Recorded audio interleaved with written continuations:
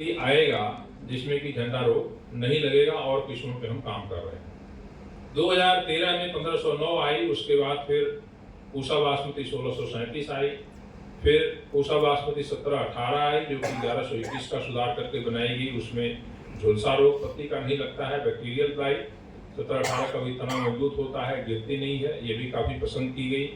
और उसके साथ ही साथ पूसा बासमती 1728 आई थी जो 1401 की बदल थी, उसमें झुलसा रोग नहीं लगता था। चावल की गुणवत्ता बहुत अच्छी थी, लेकिन पैदावार में थोड़ी उसमें कमी रही और किसानों ने उसको उतना पसंद नहीं किया, वो किस्म पीछे रह गई। अब 2 वर्ष पहले हम लोगों ने 3 किस्में निकाली थी। 1509 का की बदल जो जैसा कि बताया गया 1847, 1121 का बदल 1885 और 1401 की बदल 1886। और इन तीनों किस्मों में जो बदलाव किया गया है, पत्ती का झुलसा और पत्ती का झोंका रोग, ब्लास्ट की बीमारी, गर्दन तोड़, ये बिल्कुल नहीं आता है। जो किसान भाई पिछले वर्ष इसको लगाए हैं, इस साल बहुत बड़े पैमाने पे लगने जा रही है। पिछले वर्ष हमने 1-1 किलो बीज दिया था। उन किसानों के यहाँ मैं गया, किसान संपर्क यात्रा निकाली।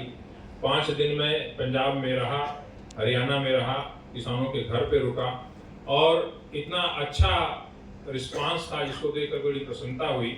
और इस बार रकबा काफी इन किस्मों का बढ़ा है, तो निश्चित रूप से इसका सीधा फायदा किसानों को मिलेगा। अब रही बात धान में पानी की बचत हम कैसे करें। एक तो फसल की अवधि हम कम करें, उसमें जो कम अवधि की किस्में हैं उसमें पानी कम लगता है, विविधीकरण भी होता है।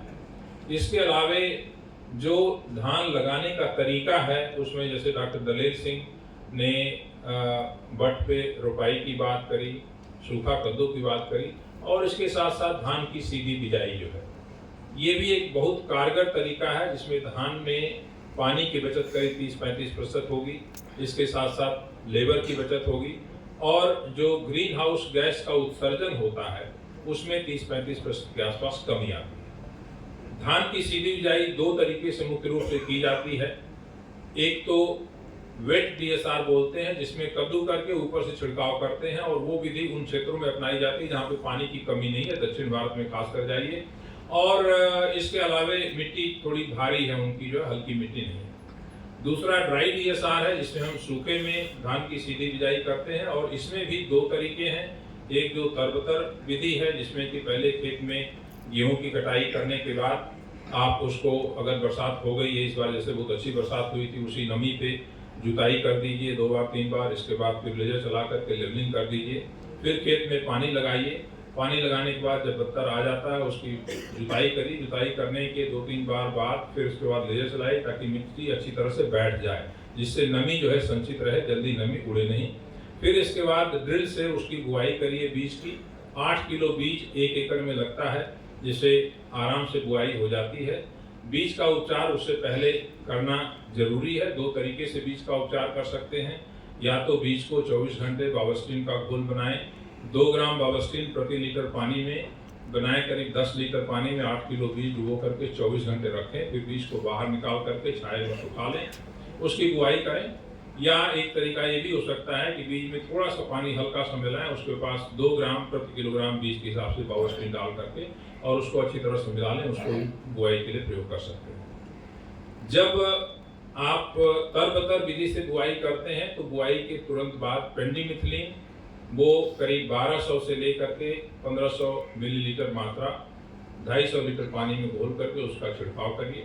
और इसके बाद पहला पानी जो है 22 दिन के बाद लगाइए। खेत में जब चलने लायक हो जाता है तो उसमें नामी गोल्ड दवा का छिड़काव करिए। ये आमतौर पे पाया गया है कि तरबतर विधि जब अपनाते हैं तो खरपतवार या नदीम कम होता है। दूसरा तरीका यह है कि आप सीधी बिजाई पहले कर दीजिए और इसके बाद ऊपर से पानी लगाइए। खेत में चलने लायक हो जाता है तो उसके बाद फिर दूसरे दिन या पहले दिन दूसरे दिन करीब उसमें छिड़काव पेंडिमिथिलिन का कर दीजिए और उसके बाद फिर नामिनी गोल्ड लगाइए। दूसरे तरीके में अंकुरण बहुत अच्छा होता है। पहले तरीके में तरबतर में कई बार बुआई के तुरंत बाद अगर बरसात हो गई दूसरे दिन तीसरे दिन तो जमीन पे पपड़ी पड़ जाती है और अंकुरण अच्छा नहीं हो पाता है, तो पपड़ी को तोड़ना पड़ेगा या हल्का पानी लगाना पड़ेगा, तब आपका अंकुरण अच्छा हो जाएगा। लेकिन अगर हम बुआई के बाद पानी लगाते हैं तो उसमें अंकुरण में कोई कमी नहीं आती, अंकुरण बहुत अच्छा होता है। खरपतवार का नियंत्रण थोड़ा सा हमको करना पड़ेगा। एक और समस्या आती है जो कि अगर पिछले वर्ष धान की जो फसल लगाए हैं, कटाई के समय अगर धान झड़ गया तो उसका अंकुरण हो जाने से थोड़ा सा मिक्सचर आ जाता है, तो उसमें अगर हम जो तर विधि करते हैं उसमें जो धान के बीज होते हैं उनका अंकुरण हो जाता है तो अपने आप समाप्त हो जाता है। तो जिस किस्म को पिछले वर्ष लगाए हैं अगर उसी किस्म को लगा रहे हैं उस खेत में फिर तो कोई दिक्कत नहीं है, नहीं तो इसके लिए आपको जो है थोड़ा सा ध्यान रखना पड़ेगा। अभी हम लोगों ने संस्थान में एक नई शोध की है जिसमें कि 2 और नई किस्में हम लोग निकाली है। पूसा बासमती 1985 जो 1509 का बदल है और पूसा बासमती 1979 जो 1121 का बदल है। इन दोनों किस्मों में एक खरपतवार नाशी दवा आती है, नदी नाशी दवा आती है जिसको हम इमिजाथापिर बोलते हैं। नाम ये मिलती है परसूट के नाम से मिलती है बाजार में। सोयाबीन में इसका बहुत बड़े पैमाने पर प्रयोग किया जाता है, ठीक है।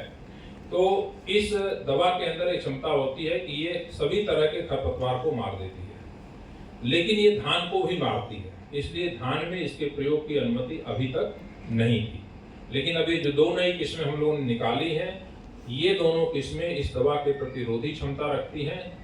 इनके ऊपर कोई असर नहीं होता है लेकिन खरपतवार सारे मर जाएंगे। इन किस्मों के आ जाने के बाद धान की सीधी बिजाई में एक आमूलचूल परिवर्तन आएगा और खरपतवार नियंत्रण जो सबसे बड़ी समस्या है धान की सीधी बिजाई की, उसको हम पूरी तरह से नियंत्रित कर पाएंगे, इसमें कोई दो राय नहीं है।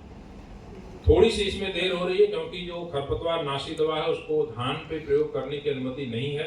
उसकी एक प्रक्रिया है, सेंट्रल इंसेक्टिसाइड बोर्ड और रजिस्ट्रेशन कमेटी को एप्लीकेशन उन्होंने डाली है और वो एप्लीकेशन उम्मीद करते हैं कि जल्दी से जल्दी हो जाए क्लियर, तो इस वर्ष नहीं तो अगले वर्ष निश्चित रूप से इसका बीज हम किसानों को दे पाएंगे।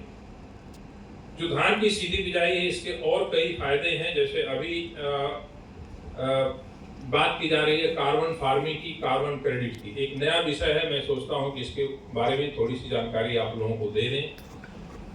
धान की खेती में या किसी भी खेती में अगर आप ऐसी कृषि पद्धतियों का प्रयोग करते हैं जिनसे पर्यावरण सुरक्षित होता है,